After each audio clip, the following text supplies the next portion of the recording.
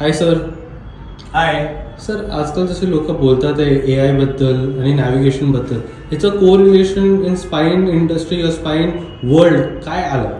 आता आजकाल खूप महत्वाचं झालंय. जसं आपण बघतोय एआयचा इन्फ्लुएन्स सगळीकडेच येतोय. तुम्ही मोबाईल ओपन केलं, कोणीतरी सांगतं की do you want to be knowing the AI, understand this and that. Same medical फील्डमध्ये पण आलंय, कारण प्रॉब्लेम्सला कसं कमीत कमी वेळात अॅनलाइज करता येईल म्हणून AI. आणि स्पाइन सर्जरी ही थोडीशी कॉम्प्लेक्स अंडरस्टँडिंग असल्यामुळे याच्यामध्ये पण याचा प्रादुर्भाव आता वाढत चाललेला आहे. आणि आजकाल रोबोटिक्स जे आपण म्हणतो की planning of the deformity surgery, आता आजकाल ते म्हणतात की फ्युचरमध्ये whether this patient will need instrumentation का विदाउट क्लिप पण आपण करू शकतो, विदाउट फिक्सेशन करू शकतो.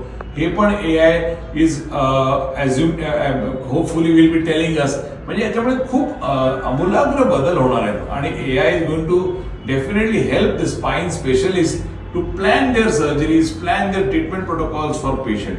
आणि navigation is guiding us just like GPS in the city. तुम्हाला माहिती आहे कुठे जायचं, अचूकतेने जायचंय.